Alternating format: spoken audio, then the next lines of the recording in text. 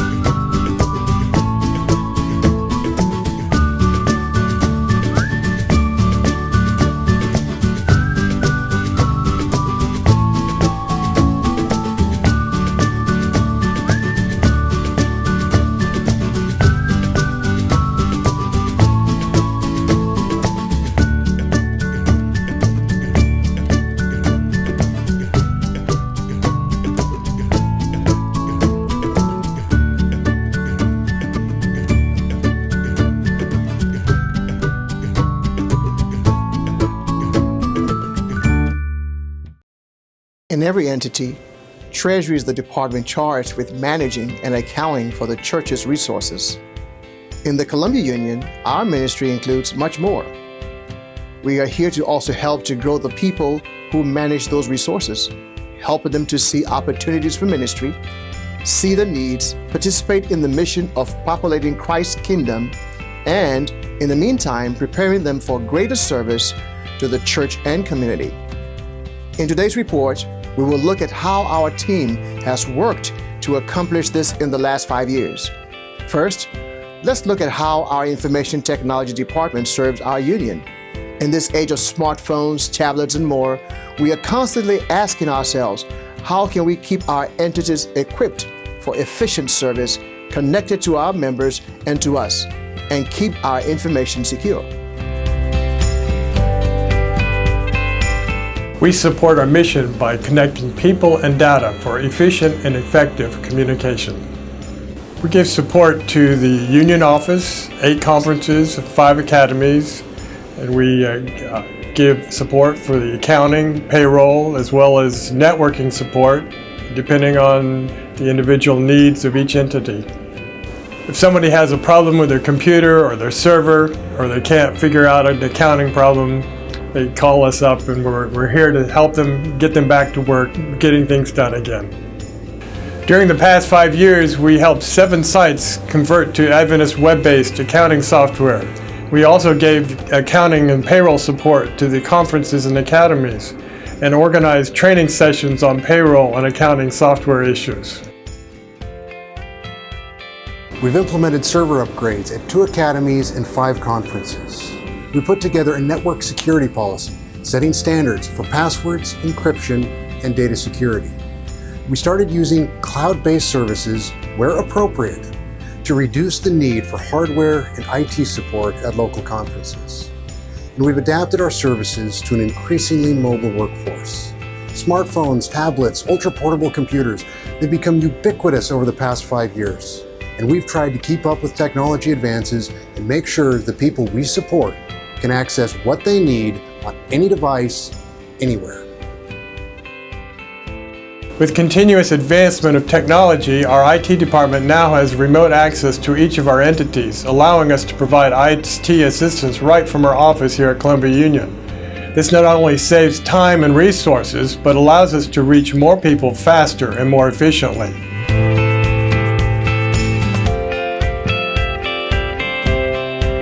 As I stated earlier, Treasury is about more than managing the tithes and offerings, more than creating budgets, processing payroll, and furnishing reports. It is about doing our part to help people gain a greater understanding of the mission and preparing them for greater service in God's church. Here at the Columbia Union, our Treasury team includes information technology, plant services, reception, Revolving Fund, and accounting.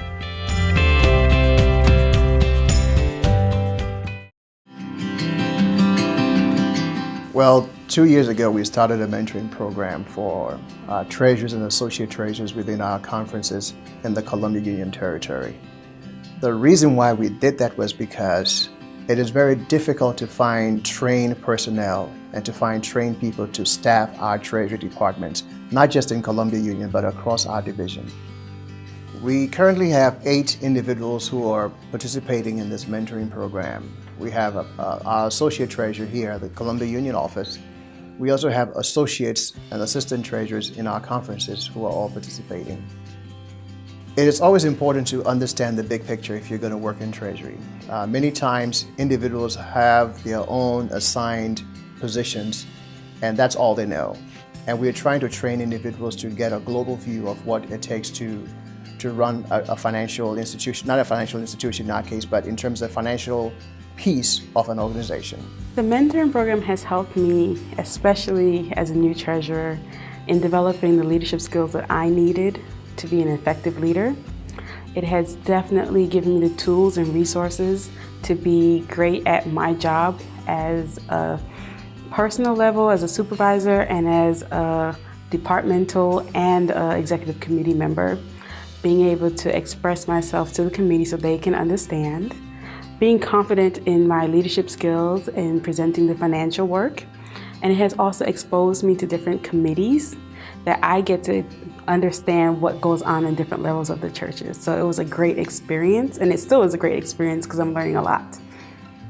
The mentoring program was very helpful to me, and it gave me a chance to experience church financial work on another level, going to the boards for ADRA, for the union, also Adventist Healthcare, and also the college board. So it allowed us in the mentoring program to see governance on a different level than just at our local conference. And that will help us at our local level to enhance the work and be better prepared if we have a chance to be in financial leadership positions. I believe that knowledge is power, and anytime you can enhance your experiences, learn things that are outside of your regular responsibilities, you're able to enhance the greater good, you're able to fill a void, you're able to partner with your coworkers in a more conducive manner.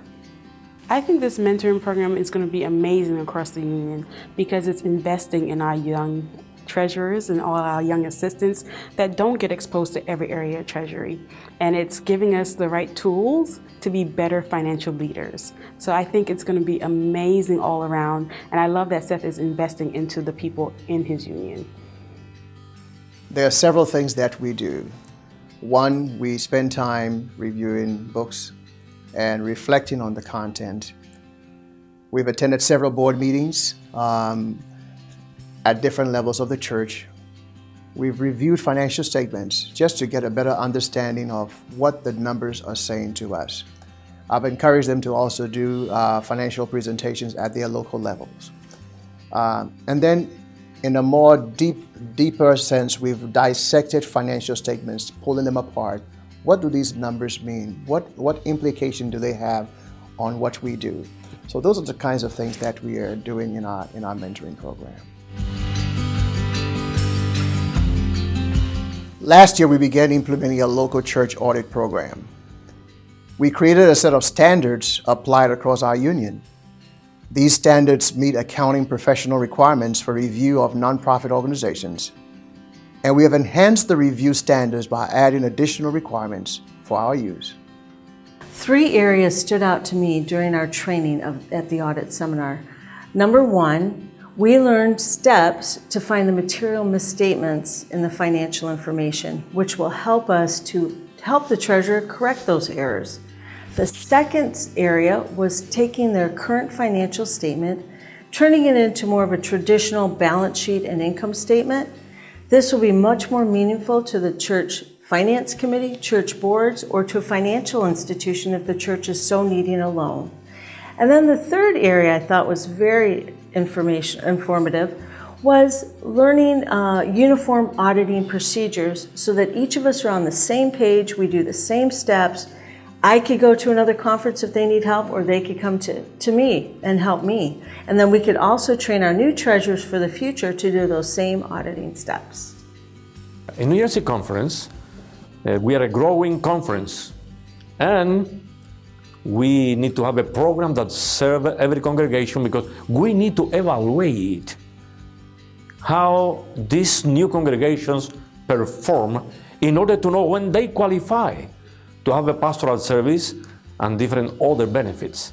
So it is very important that we have a good auditing system in place.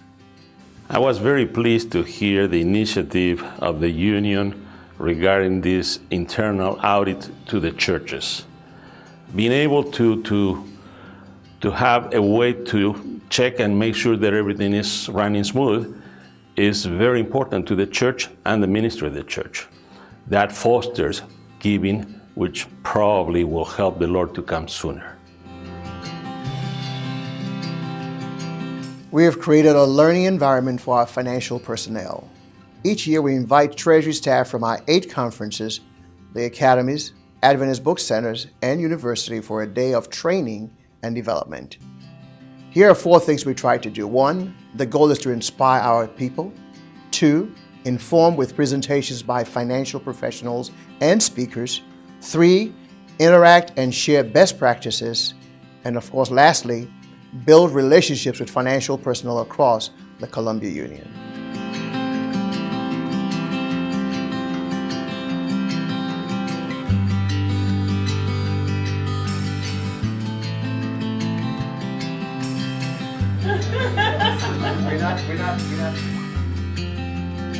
Prayer plays an important role in what we do. We believe in the power of prayer.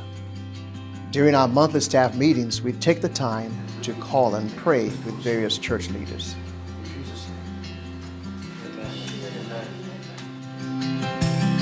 Since 1968, the Columbia Union Revolving Fund has been providing low-interest loans and financing for Seventh-day Adventist church and school building and renovation projects so as to facilitate growth.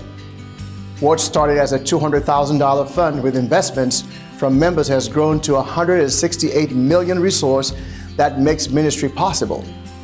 During this quinquennium, our longtime Secretary-Treasurer Peggy Lee retired after 35 exemplary years of service. During her time, she helped to grow the fund and our CURF team to where it is today. Peggy used to say that the Columbia Union Revolving Fund is the best kept secret in the Columbia Union. Not anymore. Take a look at how our CURF team, led by Emmanuel Asiedu, is helping to fulfill the mission, one low-interest loan at a time. Do you want to see how CURF makes mission possible? Let's go.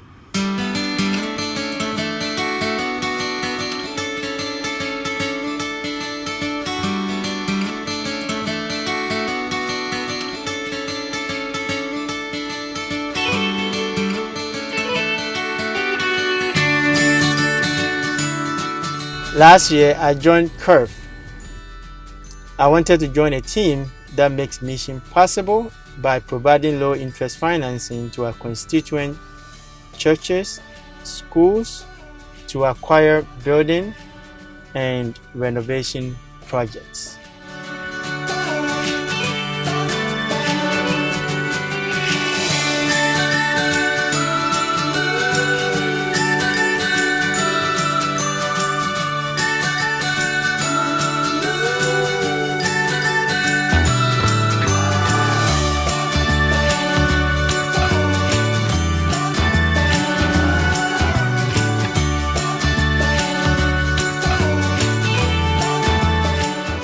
During the last 5 years, with money from our constituents who are note holders, CURF has been able to provide over 300 low-interest loans, totaling $84.5 million to our constituent churches and schools for renovations, building projects, major repairs, and other significant projects.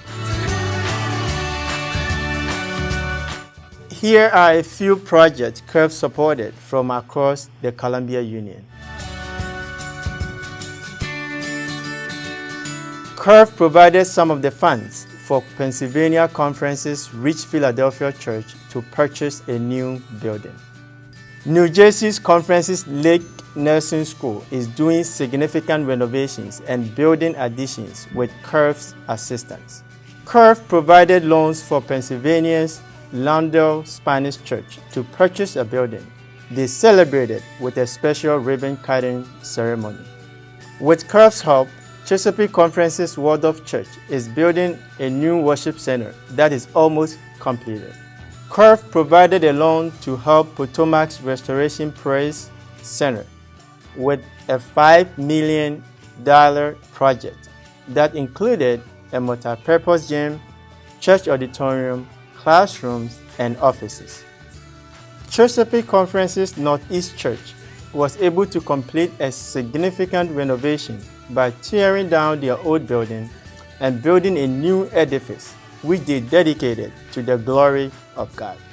What you see behind me is Chesapeake Conference's Spencerville Adventist Academy, where Curve helped fulfill the dream of building a new state-of-the-art 21st century educational facility, which is LEED certified.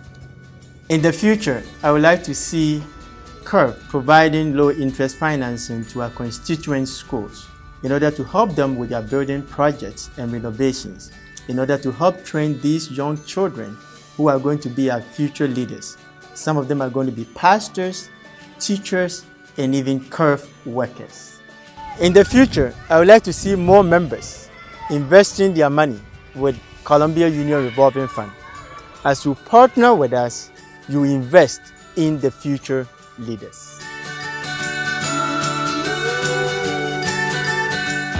It's time for our financial report.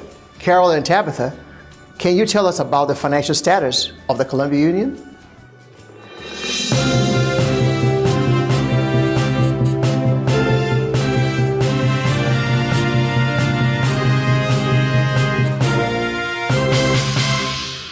Seth, we are extremely thankful for the members of the Columbia Union who have been so faithful in returning tithe and giving generously to advance the mission of the Seventh-day Adventist Church here in our Mid-Atlantic region.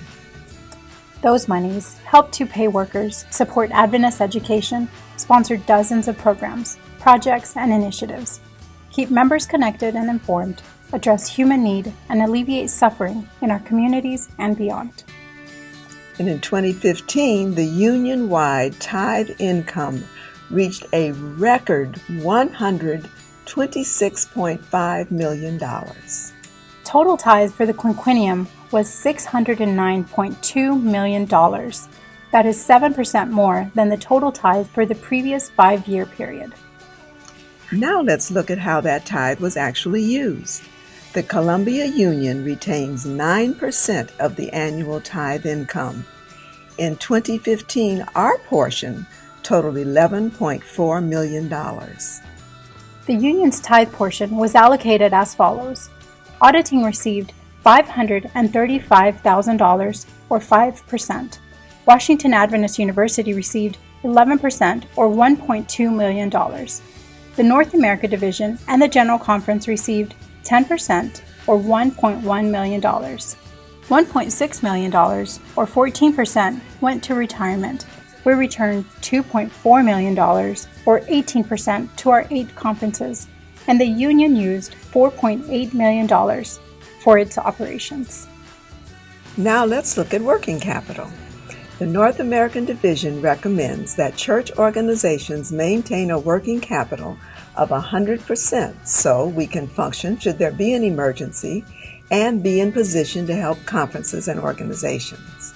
Well, during this 5-year period, we not only maintained the 100%, but exceeded it and kept a working capital of about 150%.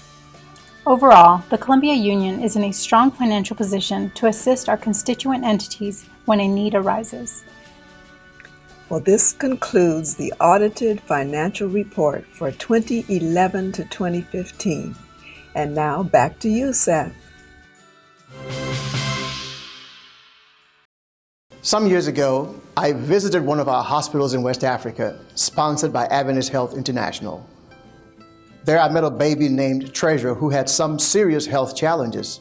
Upon returning to the States, and with the encouragement of my wife, we made contact with one of our hospitals on the West Coast that was willing to provide health services to this child pro bono. By the time we made contact with a hospital in West Africa to give them the good news, Treasury had passed away. Although baby Treasury did not survive, Adventist Healthcare and Caring Adventist Network have helped Columbia Union financially impact the lives of thousands around the world, including fighting a dreaded disease like Ebola, providing the infrastructure needed to have surgical or dental procedures done in safe places, and the purchase of basic tools to diagnose illnesses and save lives. Thanks to the leadership of both health systems, you are making a difference. I am thankful to God for the faithfulness of the members of Columbia Union. This report will not be possible without your support. I also want to take this opportunity to thank our local church treasurers, conference treasury teams, our Columbia Union vice presidents and department leaders, my staff, the Union Executive Committee, and my fellow officers. It took all of us working together to have a successful quinquennium. Our greatest need is that we remain faithful and committed to being good stewards of the resources entrusted to our care. My wife, Teresa, and I want to thank you for allowing us to serve. Our prayer is that no matter where we are in life or what God has called us to do, may we be faithful to our calling in a changing world.